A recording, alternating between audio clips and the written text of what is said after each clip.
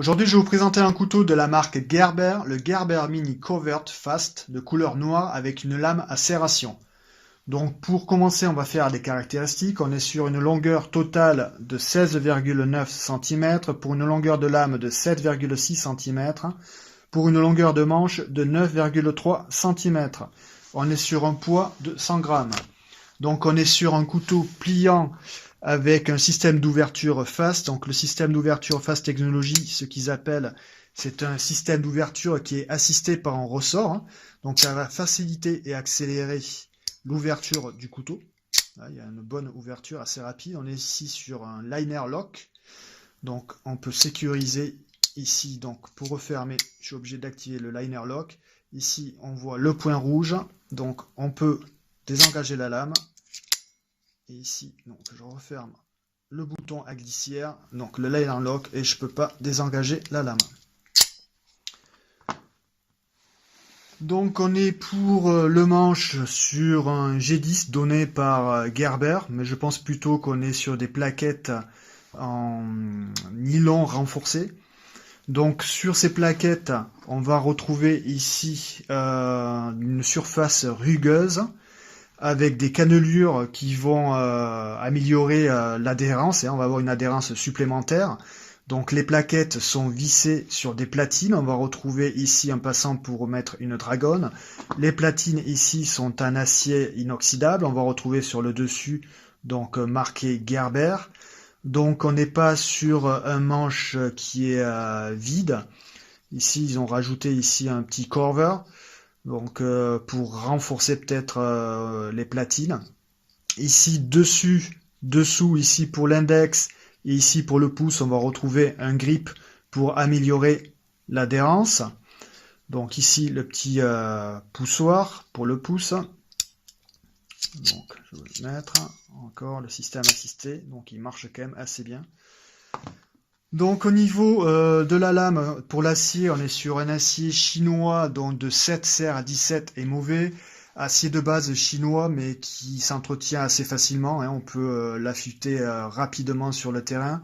Au niveau des serrations, toujours pareil, les serrations c'est idéal quand on veut couper des matériaux qui sont riches en fibres tels que du carton et des cordes, donc couteau qui sera agréable pour tout ce qui est EDC, couteau de poche, couteau de tous les jours, couteau pour le travail.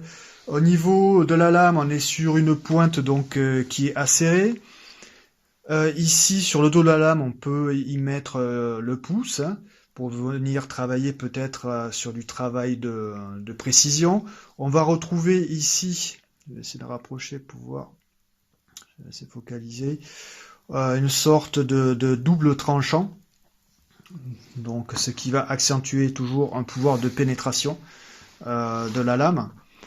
Donc on est sur une lame aussi qui est traitée donc au titane, qui va permettre donc d'être anti-reflet. On va retrouver ici un clip qui est ni trop gros ni trop grand, qui fait son job, qui empêche de perdre le couteau en poche. On n'est pas sur un clip ambidextre, sinon on ne pourrait pas utiliser ici le liner lock. Ils ont aussi pu s'abstenir de mettre par discrétion la marque Gerber. Donc on est sur un couteau qui est fabriqué à Taïwan. Comme vous aurez pu constater par la forme du couteau, donc on est sur quand même une inspiration de couteau tactique, qui est la version mini en fait du Covert du colonel Rex Applegate. Donc je vais vous présenter ici un modèle, c'est pas le Gerber en fait, ici donc on est sur la marque Linder, qui est une marque allemande au même titre que Herberts, c'est fabriqué à Solingen, et ils ont fait une copie en fait du Gerber Applegate. Donc il y a un grand modèle, et celui-là en fait c'est le mini, c'est-à-dire ça serait le petit frère de celui-là. Donc voilà, j'ai pas le vrai, mais il ressemble à celui-là. Alors c'est pas le copie donc, du Gerber Applegate. Donc Applegate et Fairbairn, pour ceux qui connaissent, c'est deux designers du siècle précédent. Ils se sont rendus célèbres avec leurs couteaux qui ont été utilisés par les soldats anglais pour la Seconde Guerre mondiale, hein. Donc on peut vraiment revoir cette forme Fairbairn Applegate ici pour ceux qui connaissent. On va retrouver d'ailleurs hein, ici les signatures. J'arrive pas à faire le focus aujourd'hui. Bon, voilà du designer dessus. Donc ici derrière, on va retrouver au dos de la lame, ici, fabrication Taïwan avec son numéro de série. Donc voilà, j'ai à peu près tout dit sur ce couteau. Donc couteau de poche, couteau EDC, très bon petit couteau de défense, hein, pour se défendre contre les méchants. Donc couteau que je conseille, c'est un couteau qui avoisine au prix de 60 euros, 50, 60 euros.